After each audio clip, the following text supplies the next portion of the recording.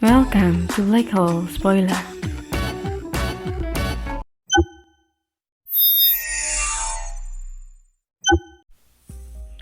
Bab 22 Gua Suci. 9. Saint Paragon berbudi luhur bukan hanya yang hutan yang berhasil mengkultivasi Dao. Dia juga salah satu paragon berbudi luhur terkuat di zamannya. Pada satu titik, dia dengan gemilang menyapu 9 dunia.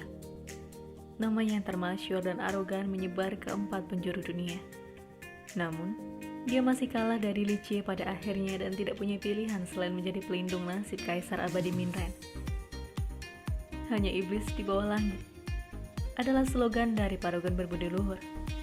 Sementara hanya ayam di atas bumi adalah kalimat Li Jie untuk menggodanya.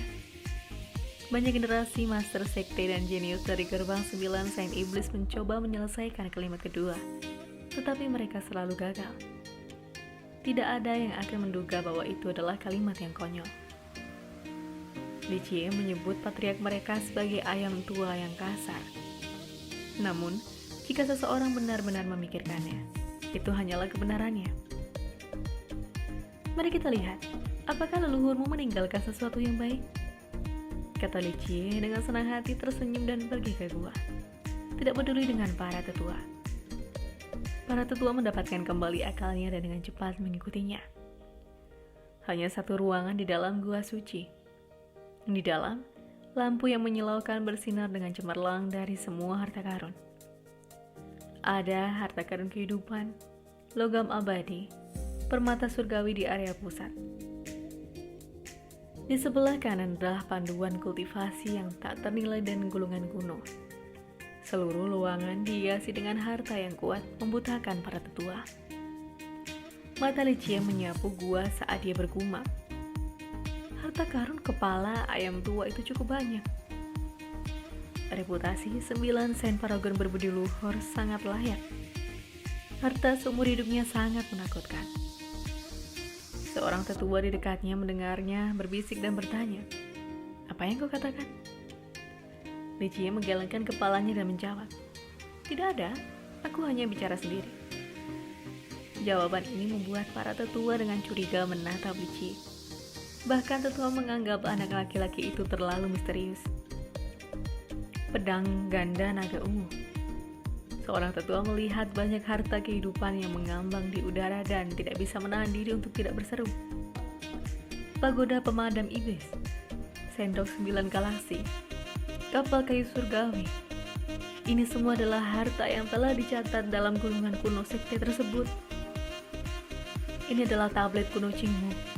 Tetua lain sedang melihat panduan kultivasi dan menemukan teknik kuno yang mengejutkan. Pada saat ini, tetua dari gerbang 9 Saint Iblis terpesona. Tampaknya, patriark mereka hanya meninggalkan setengah dari hartanya dengan sekte yang sebenarnya ketika dia meninggal. Pada saat ini, mata tetua pertama bergerak ke arah meja batu giok di tengah ruangan. Di sana terletak sebuah kotak tertutup kuno, tetapi aura kaisar abadinya masih bocor di luar. Meskipun itu hanya mengungkapkan seutas kekuatannya, itu bisa dibandingkan dengan kekuatan surga yang tinggi. Kekuatan ini membuat mereka merasa seolah-olah sedang ditekan oleh kesembilan langit. Aura kehendak surga dapat ditemukan di sekitarnya. Semua makhluk duniawi harus tunduk pada sisa nafas Kaisar Abadi ini. Harta karun kehidupan Kaisar Abadi. Para tetua lainnya yang akhirnya melihat benda itu terguncang dengan antisipasi. Ini adalah harta karun kehidupan Kaisar Abadi yang ditinggalkan oleh Kaisar Abadi otentik diciptakan oleh Minren sendiri.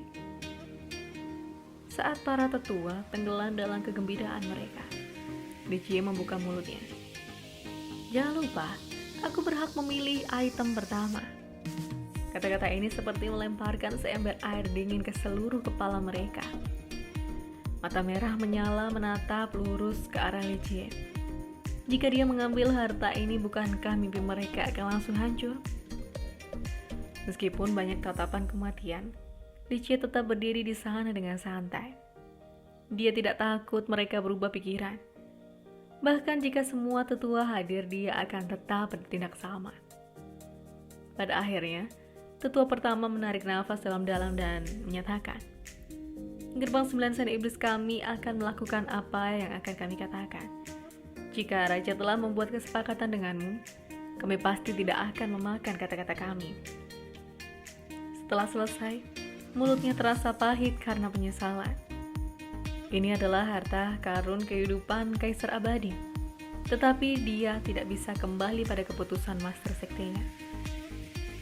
Sepertinya kalian masih cukup terhormat, kata-kata Licie setenang sumur yang tenang ketika dia perlahan berbicara. Aku benar-benar menghargai raja kalian, Lunri. Kata-kata arogan ini membuat para tetua terdiam.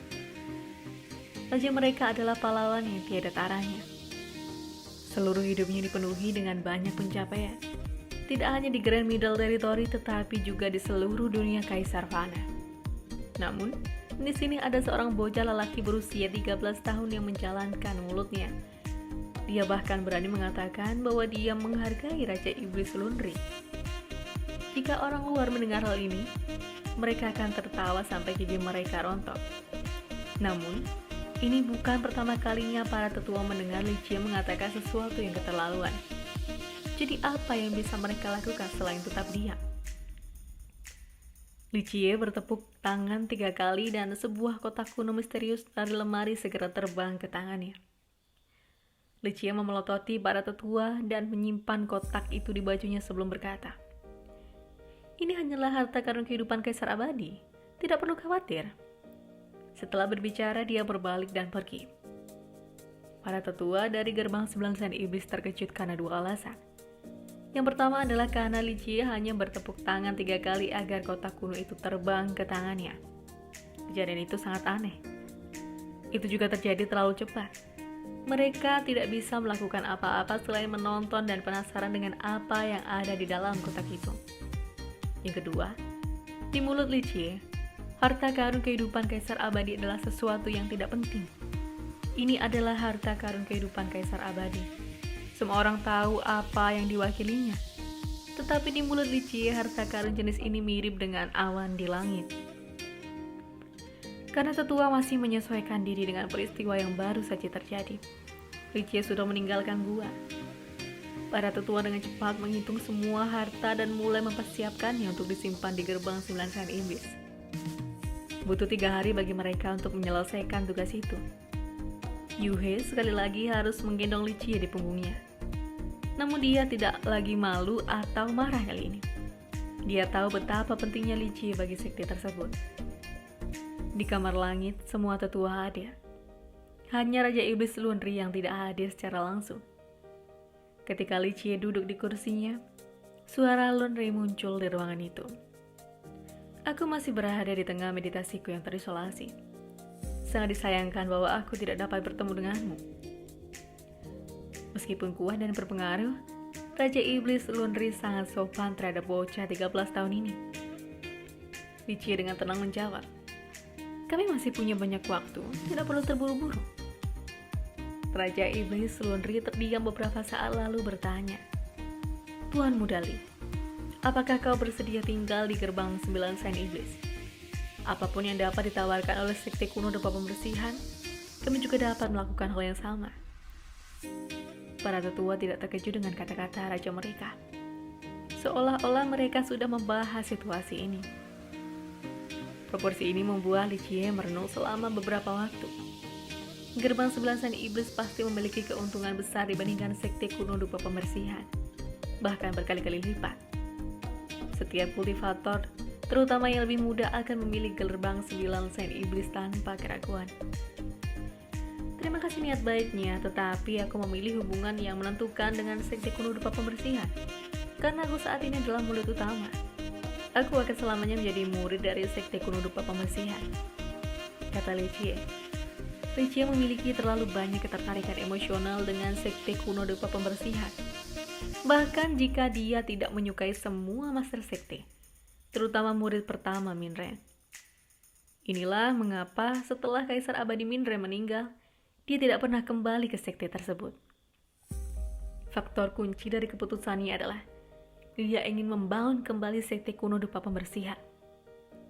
Jika dia tidak memilih istana pelindung surga, maka kemungkinan besar dia akan memilih gerbang 9 sign iblis. Seorang tetua tidak senang dengan tanggapannya dan dengan dingin berseru, itu hanya sekte kuno dupa pembersihan. Bagaimana bisa dibandingkan dengan gerbang 9 sign iblis? Banyak orang ingin bergabung dengan 9 sign iblis, karena itu adalah sekte paling kuat di negeri sapi tua. Namun, Tichy telah menolak undangan pribadi Raja Iblis.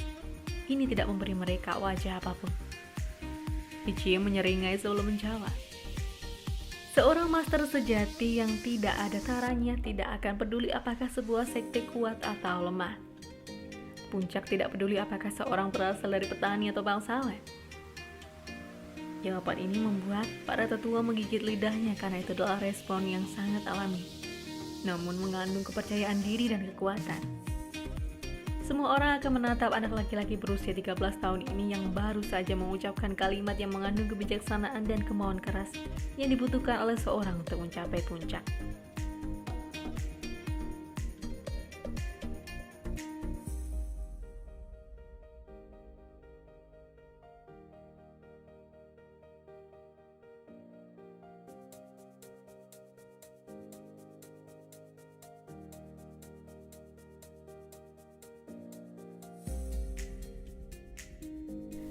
Sekian dulu untuk episode kali ini. Jika kalian suka dengan Emperor Domination, jangan lupa untuk subscribe channel ini dan tunggu kelanjutan ceritanya hanya di Black Hole Spoiler.